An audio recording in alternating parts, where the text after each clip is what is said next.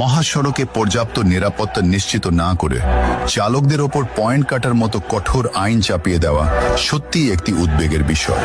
যখন একজন চালক সারাদিন জীবনের ঝুঁকি নিয়ে রাস্তায় থাকেন, তখন তাকে সহায়তার বদলে যদি কেবল শাস্তির ভয় দেখানো হয়, তবে তা মানসিক চাপের সৃষ্টি করে।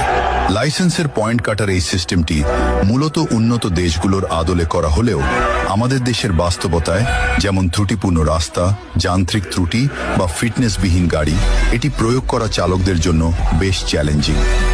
আইন হোক সংস্কারের জন্য, দমনের জন্য নয়। মহাসড়কে জীবনের নিরাপত্তা নেই, অথচ পয়েন্ট কাটার আইন আছে, এ যেন মরার ওপর খাড়ার ঘা। নিরাপদ সড়ক কোথায়? রাস্তার বাঁক, ভাঙাচোরা পথ আর অবৈধ দখলদারদের উচ্ছেদ না করে শুধু চালকের লাইসেন্সের ওপর কেন নজর দেওয়া হচ্ছে? ভুলের শাস্তি বনাম পরিবেশ। রাস্তার সাইন সিল গোন্যাল যখন অস্পষ্ট, তখন চালকের পয়েন্ট